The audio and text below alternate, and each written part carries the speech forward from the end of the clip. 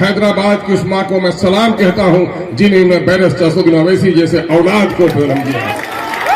कभी आपने गौर किया कि हमने हैदराबाद वालों को वोट नहीं दिया? हमने जब भी वोट दिया दिल्ली की सल्तनत को बनाने के लिए वोट दिया। हमारे 56 साल आजादी के 75 सालों में हमारे बाप ने और हमारे दादा ने इन 56 सालों में कांग्रेस को वोट देकर दिल्ली में कांग्रेस की हुकूमत बनाई। और बिहार में 5-7 साल अगर छोड़ दीजिए बीजेपी की नंतरानी को, तो यकीन जानिए इन 75 सालों में एक लंबे अरसे तक पटने की गद्दी पर बैठने वाले जो भी हुए, यकीनन है कि सीमांचल के लोगों ने उसका बड़ा साथ दिया। हम सरकार बनाते भी रहे और हम सरकार गिराते भी रहे, लेकिन इन बेईमानों ने जिस वक्त मुल्क को आजादी हुई थी, इस बात को मैं दोहराकर अपने नौजवानों को कहना चाहता हूँ। 5 साल पहले कहा हूँ तो 12 साल के बच्चे को होश नहीं था, आज वो 17 साल का नौजवान हुआ है। मैं उन तक खबर पहुंचाना चाहता हूँ कि आजादी के वक्त पूरे बिहार में खुशहाल इलाका हमारा था। हमारे भाई जो मुजफ्फरपुर से आए, दरभंगा से आए हैं, माफ करेंगे मुझे, क्या उस वक्त यहाँ बिहार के बेशतर जिलों के मजदूर आकर यहाँ काम करते थे, लेकिन यहाँ का बेटा कहीं मजदूरी करने के लिए बाहर नहीं जाता था। और सच्चाई आज ये है कि दरभंगा से दारोगा आता है, मुजफ्फरपुर से एसपी हमारा आ जाता है, और सीमांचल का बेटा जो कभी अपनी माँ, बहन और बूढ़े बाप को छोड़कर कहीं नहीं जाता था, रोजगार की तलाश में बूढ़े बाप को बिस्तर पर छोड़कर पंजाब जाता है, मासूम बच्चों को छोड़कर पंजाब जाता है। आज उसकी समाज में जो हालत हो गई है, पढ़ने के लिए अच्छे स्कूल नहीं, बाहर जाना होगा, रोजगार का मौका नहीं, बाहर जाना होगा, बीमार पड़ गए हैं तो इलाज भी मुयस्सर नहीं, बाहर जाना होगा।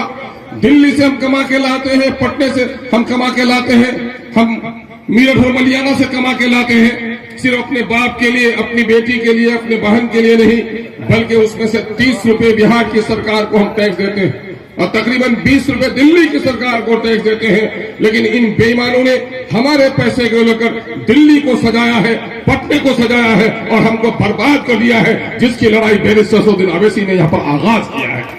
आप जान रहे होंगे कि सीमांचल का नाम भी लोग लेते हुए शर्माते थे, घबराते थे, लब पे नाम नहीं चढ़ते थे, लेकिन 16 अगस्त 2015 के बाद सीमांचल इतना गूंजने लगा है, पूरे मुल्क में लोग समझने लगा है सीमांचल बिहार में नहीं है, बल्कि सीमांचल एक अलग सूबे का नाम है।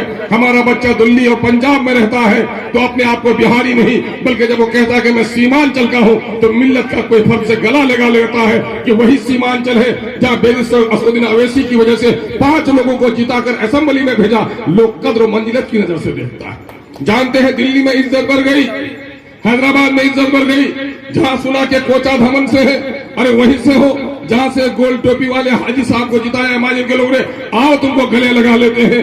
कहां से हो, जोकी से हो, आओ तुमको गले लगाते हैं।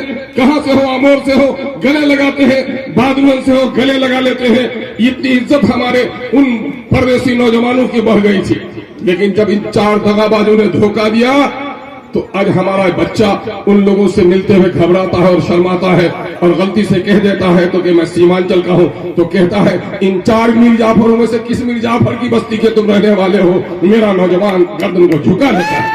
लोगों, यकीन है कि नाफरमानी तो हुई है, हम उसके बारे में ज्यादा रोना नहीं रोते। जिनको जाना था अपनी जगह पे चले गए।